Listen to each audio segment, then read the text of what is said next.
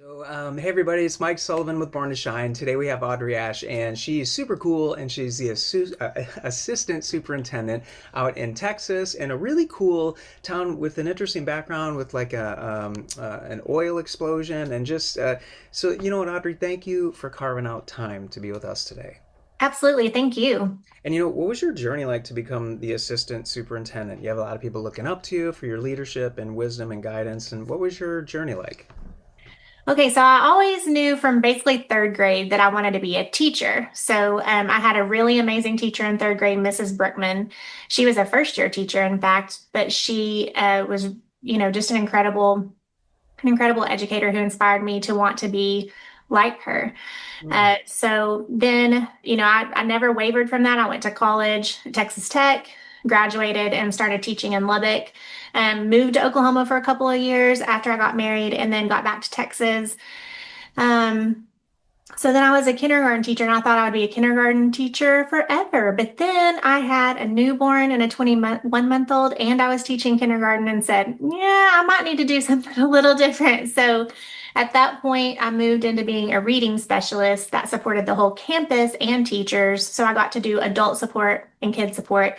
And when that role hit me, I really opened my blinders to like, wow, I can support a lot of people, Hmm. and this feels so great. So that's when my blinders kind of opened to the possibility of stepping into like an administrative role. So at that point, I went back to school, got my master's in curriculum and instruction, and then I also tacked on the principal certification at that point.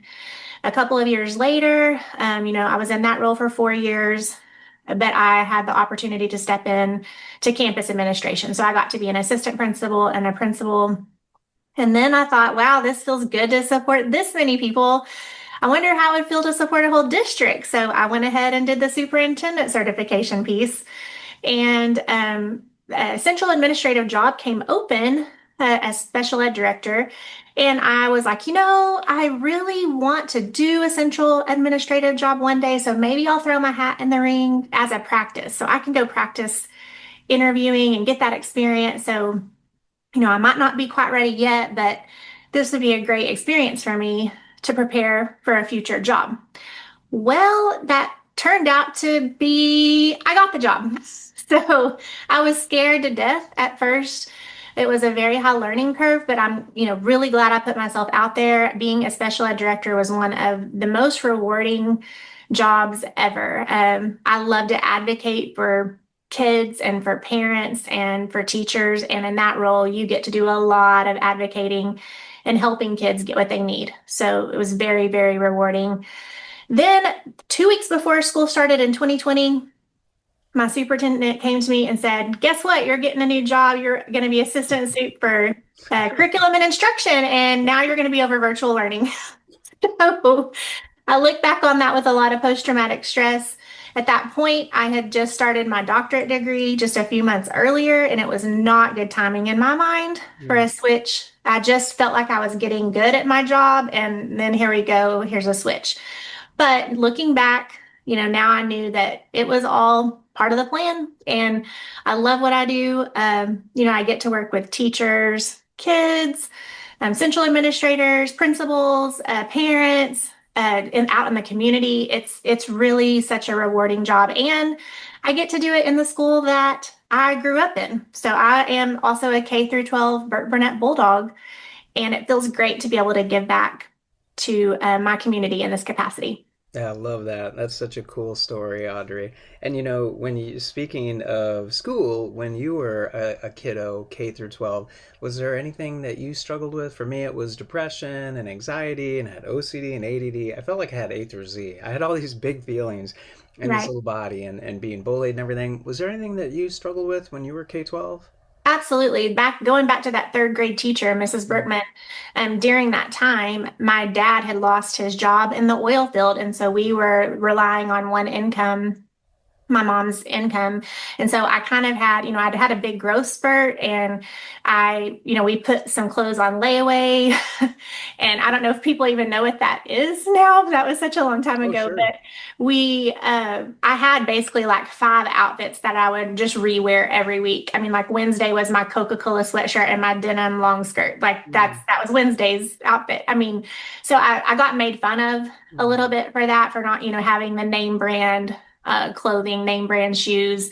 And my teacher just really encouraged me through that and just taught me that my identity and my self-worth is not tied to clothes or shoes. That Amen. I'm a great individual, regardless of those things. So then, really I kind of rocked along pretty good through middle school, and then in high school. I don't know if there's research on this, but I'm an only child, and I was putting an incredible amount of expectation on myself, like super high expectations to be the best at everything, grades, extracurriculars. I had a job the day I turned 16, all of the things. I just had very, very high expectations of myself. I tried out for the cheerleading team and I didn't make it. But then I really excelled with the dancing team. So that went great. So approaching my senior year, I was trying out for the captain of the dance team. And I had such high expectations of myself that I literally made myself sick. I broke out in shingles, and that is completely unheard of for a 17-year-old. So yeah, I mean, I just had these giant expectations, and no one else did that to me. I mean, it was definitely self-induced. So, even my parents, I can kind of remember back, were like, why don't you like chill out? Like, it's okay. You don't have to be all the things to everybody. But that really didn't stop me at that point. But anyway, that even went into like my early, like teaching years. Anytime I would make a big jump on doing something different, I broke out in shingles there a couple of times, like when I moved into reading specialist, when I moved into assistant principal. But now, and I don't know if it's just with age, or whatever, I just have a more self-assured mindset, and I just know that I can do hard things, and I want to encourage others to do hard things, and also give grace to myself and encourage others to give grace through tough things. So yeah. Yeah. Amen to that. Amen to that. Giving ourselves grace, giving others grace, not putting all the pressure of the world on top of ourselves, which we can Yes. all do. I've done myself. So Mm-hmm. yeah, thank you for sharing that, Audrey. And if we had this kind of a fun question, it's if we had a magic wand, we just passed it off to you. How would the school year look like to support your K through 12 students with their mental health and their emotional health? What would that look like? Right. We've really tried hard in our district to promote social emotional lessons daily at the elementary level, weekly at the middle school level, and just this year rolling those out at the high school level. We've Amen. seen we've seen a big benefit from that, but I also feel like, we have amazing counselors, but they can't be everywhere all the time. And sometimes classroom teachers and others that are not counselors or have that background don't feel comfortable talking about topics that need to be talked about. And so I feel like building capacity in all of us, and helping them understand that you don't have to be a counselor to talk about things, and giving them the tools in their tool belt to do that. But in my opinion, that takes a lot of like training and capacity building. It can't just be a one time Right. you go to this training and then you magically know how to do this. Right. Right. So, and we're so, because of our state and everything, so academically focused, we have to have trainings on academic things, in which of course, yes, we are. We're a school, we're a learning organization, but there's just not the time to devote equally to that learning piece for adults to be able to support the students like a counselor would. Right. And that I just wish that everybody could have access to those sorts of trainings and that we had time built in that wouldn't cause an undue stress on our adults either, so it's time, it's training, it's supports, all the things. Right. Yeah, amen to all that. And it's great that you are seeing the need and the value and the importance of social emotional learning for the students, staff, parents, everyone, Yes. the whole community, so they can support the child holistically, and the staff really, and the parents. We all need it. Hmm. And if there's something on your heart, Audrey, that you're thinking, why didn't Michael ask me this? I wanted to talk about this today, whatever this is. If it's words of encouragement, maybe to a mom or to a student or to a third grader or to anyone, even someone in your position in admin as an assistant superintendent. What are some words? Because we were talking before, I think the podcast, The Power of Words, right? How you Hmm. can speak life into someone, how your third grade teacher did to you. If there's some words of encouragement or edification or just whatever's on your heart, what would you say to someone that's watching this? Right.